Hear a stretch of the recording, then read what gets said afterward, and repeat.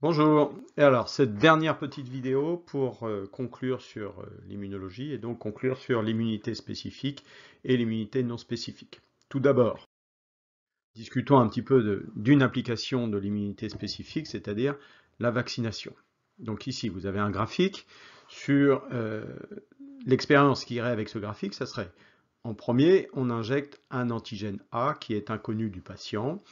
Donc, le patient va faire une réaction immunitaire dirigée contre cet antigène, soit une réaction immunitaire à médiation morale, soit une réaction immunitaire à médiation cellulaire. Ici, on s'intéresse qu'à l'immunité humorale, donc, puisqu'ici, on voit ici taux d'anticorps, donc on parle d'anticorps, donc de réaction immunitaire à médiation morale. Donc, à l'issue de cette injection d'antigène A, le patient va réaliser une réaction unitaire à médiation morale et donc produire des anticorps. On voit donc que la courbe d'anticorps, la quantité d'anticorps au cours du temps, augmente. C'est ce qu'on va appeler une réaction primaire. C'est la première réponse à cet antigène A. Le patient n'avait jamais vu cet antigène A. Si on injecte une deuxième fois cet antigène A, ici, au bout d'un certain temps, ici c'est marqué 55 jours, ça peut être un an après, voilà. Donc, injection du même antigène ou contact. Donc, c'est ici que vous avez le principe de la vaccination, puisque on injecte un antigène qui ressemble à l'agent pathogène une première fois, on sensibilise la personne, puis plus tard, c'est pas une injection, mais c'est un contact avec l'agent pathogène qui va induire ce qu'on appelle une réaction secondaire. Alors, si on compare les deux réponses, la réponse primaire, premier contact avec l'antigène, et réponse secondaire, second contact avec le même antigène, on s'aperçoit qu'il y a trois caractéristiques à chaque fois, à savoir, 1. On voit que sur cette réponse primaire, la réponse est assez lente. On a à peu près 30 jours pour arriver à un pic de quantité d'anticorps. On voit que sur la réponse secondaire, si vous voulez arriver à la même quantité d'anticorps, c'est ici, on voit qu'on va mettre 5, à peu près 5 jours. Donc 30 jours, 5 jours. On peut donc dire que la réponse primaire, elle est lente, la réponse secondaire est rapide. Deuxième chose, la quantité d'anticorps, vous voyez, est énorme en réponse secondaire par rapport à la réponse primaire. Donc deuxième caractéristique, la réponse secondaire est une réponse qui est importante, beaucoup plus forte que la réponse primaire. Et enfin, dernière caractéristique, on voit qu'au bout de 50 jours ici, la quantité d'anticorps dans le sérum petit à petit diminue et il en reste peu. Alors que dans le cas de la réponse secondaire, si on reprend en 30 jours, on sera à peu près là. Vous voyez que la quantité est toujours très importante. Donc la réponse primaire est peu durable dans le temps, la réponse secondaire est durable. Si je reprends les trois caractéristiques, la réponse secondaire, elle est rapide, importante et durable. Et c'est pour ça qu'une vaccination se base sur ce principe, c'est-à-dire que après la vaccination, l'injection d'un antigène non pathogène qui ressemble à l'agent pathogène et qui déclenche une réponse primaire, alors si jamais vous êtes en contact avec l'agent pathogène plus tard, un an après, 30 jours après, alors vous serez en réponse secondaire, c'est-à-dire une réponse forte, rapide et durable. Et donc, cette réponse forte va empêcher l'agent pathogène de développer la maladie. Cette expérience met en évidence la mémoire immunitaire. C'est-à-dire que forcément ici, le système immunitaire a reconnu l'antigène et donc a réagi plus vite. Cette mémoire, le support de cette mémoire, c'est l'existence de lymphocytes B mémoire et de lymphocytes T mémoire. Ce type de réponse n'existe pas dans la réponse cellulaire en tant que telle, puisqu'ici on n'a pas production d'anticorps dans la réponse immunitaire à médiation cellulaire, mais la mémoire immunitaire cellulaire existe aussi. Donc la vaccination se base sur l'existence de la mémoire et donc d'une réponse secondaire beaucoup plus rapide et forte. La vaccination se base donc sur l'activation de la mémoire immunitaire.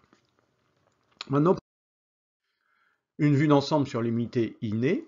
On a sur ce schéma, on représente plusieurs mécanismes d'immunité non spécifique, l'immunité innée, celle qu'on a à la naissance.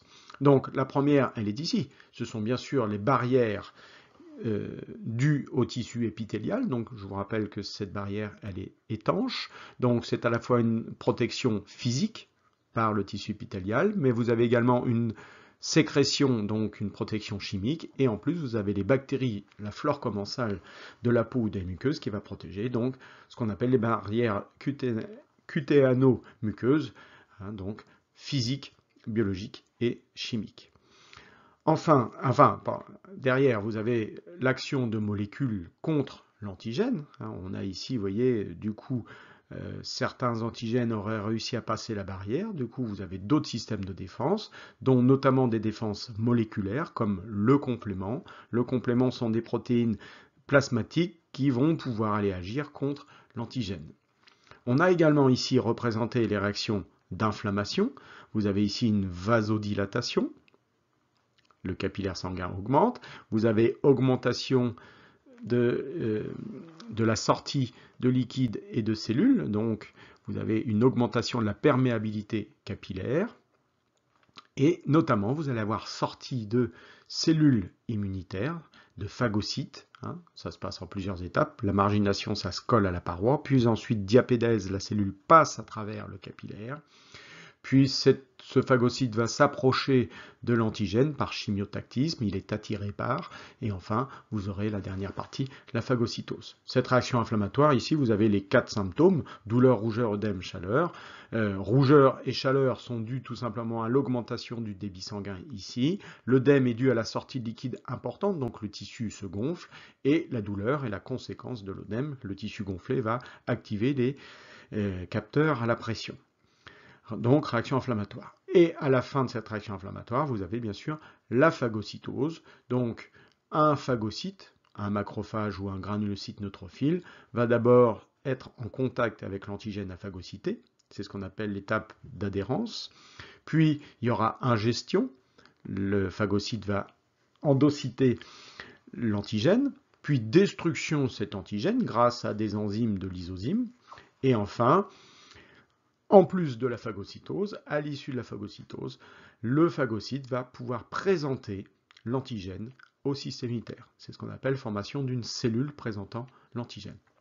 Voilà donc pour l'immunité innée, on retient des barrières qui sont efficaces la plupart du temps, des défenses chimiques, l'exemple type le complément, des défenses ici qui démarrent par des sécrétions de molécules, des réactions inflammatoires et la phagocytose.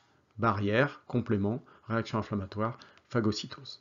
Voilà pour l'immunité innée que l'on a dès la naissance et qui est non spécifique de l'agresseur. Vue d'ensemble sur l'immunité acquise. D'abord, ce schéma représente les deux types d'immunité acquise. Je vous rappelle qu'il y a médiation humorale, médiation cellulaire.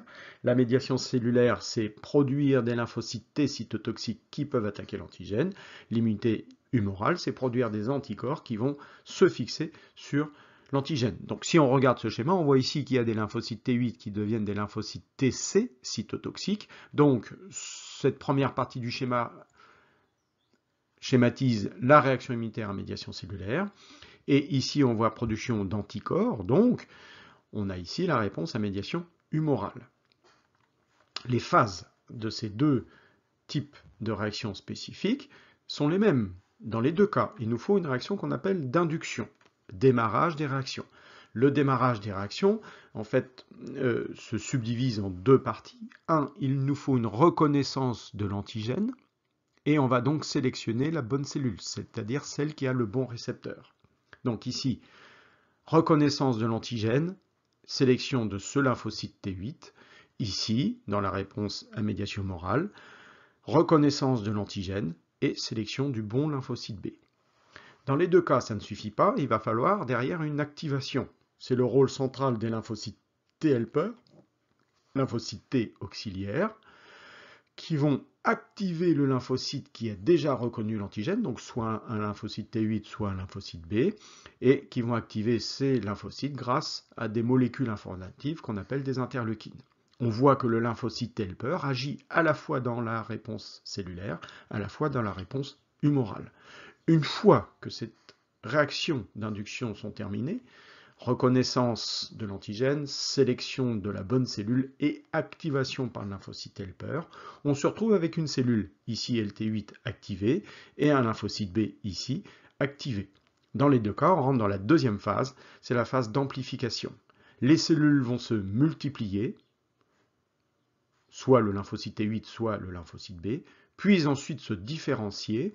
Ici, on va obtenir un lymphocyte T cytotoxique maintenant capables d'aller attaquer l'antigène. Et ici, on obtient des plasmocytes qui produisent des anticorps qui vont être capables d'aller se fixer sur les antigènes. On arrive à la troisième phase, c'est la phase d'action, c'est-à-dire ce qu'on appelle la phase effectrice, c'est-à-dire le moment le moment où on va pouvoir agir contre l'antigène.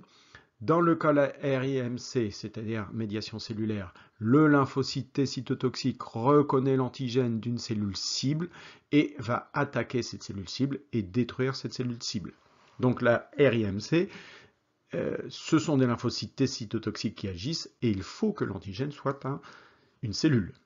Dans la réponse à médiation humorale, les anticorps vont faire la seule chose qu'ils savent faire, c'est-à-dire se fixer sur l'antigène. Une fois qu'ils se sont fixés sur l'antigène, on obtient ce qu'on appelle l'immunocomplexe, et l'immunocomplexe sera détruit ensuite par différents mécanismes, comme par exemple le complément ou la phagocytose. Voilà, donc les deux réactions immunitaires spécifiques acquises à la naissance, ils ne sont pas en place, il va falloir apprendre aux cellules à reconnaître l'antigène, ça va prendre au moins 6 mois, et ce sont des immunités qui sont évolutives tout au cours de l'année, de la vie, c'est-à-dire que ces deux réactions évoluent au fur et à mesure de la rencontre des antigènes. Donc, dans les deux cas, vous avez les mêmes phases, induction, amplification et la phase effectrice. La seule différence, c'est que dans un cas, vous obtenez des lymphocytes T cytotoxiques et dans l'autre cas, des anticorps. Voilà. Si on remettait tout ensemble, immunité innée et immunité acquise. Première chose, on distingue ici un agresseur, un antigène, soit un virus, une bactérie, une substance chimique, une brûlure, quelle qu'elle soit. Donc, un agresseur, généralement un antigène. La première défense, c'est la plus efficace, ce sont les barrières, immunité non spécifique, donc qui empêchent l'agresseur de pénétrer. Mais quelquefois, soit la barrière est abîmée, soit l'antigène est un agent pathogène qui possède des propriétés particulières. Il peut y avoir pénétration de ces barrières. Alors, vous avez à ce moment-là ce qu'on appelle les défenses non spécifiques, qui s'ajoutent aux barrières. Les barrières sont également des défenses non spécifiques. Dans ces défenses non spécifiques, inflammation, phagocytose, complément, fièvre et interféron. Donc voilà pour ces défenses non spécifiques. Mais si l'agresseur pénètre également ces barrières, il peut y avoir mis en place des défenses spécifiques, soit la médiation cellulaire, soit la médiation humorale, soit donc des lymphocytes T qui deviennent des lymphocytes T cytotoxiques, ou des lymphocytes B qui deviennent des plasmocytes qui produisent des anticorps. Dans les deux cas, les lymphocytes T cytotoxiques vont pouvoir attaquer l'antigène et le détruire. Les anticorps forment un immunocomplexe, mais il n'y a pas de destruction pour l'instant de l'antigène. Il va falloir utiliser les défenses non spécifiques pour détruire cet immunocomplexe, principalement la phagocytose et le complément, sachant quand même que le complément peut également démarrer les réactions d'inflammation et que les réactions d'inflammation favorisent la phagocytose. Donc on voit que ces différentes défenses interagissent les unes avec les autres.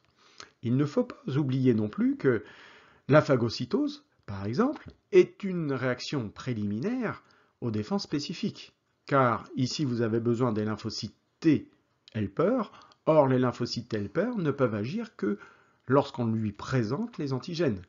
Et la présentation d'antigènes se fait après la phagocytose. Donc finalement, on voit que la défense non spécifique n'est pas séparée de la défense spécifique. Donc, il faut bien voir l'ensemble comme un tout. Vous avez des interactions entre les défenses spécifiques et la non spécifique. Donc ça, c'est l'ensemble des défenses de l'organisme. Et le but, bien évidemment, est l'élimination de l'agresseur. Au final, c'est bien une réaction d'homéostasie, puisque un antigène, ici un agresseur, a modifié le milieu intérieur de l'organisme. L'organisme met en place un ensemble de réactions qui vont permettre d'éliminer l'agresseur. Voilà pour cette vidéo de vue d'ensemble. Merci.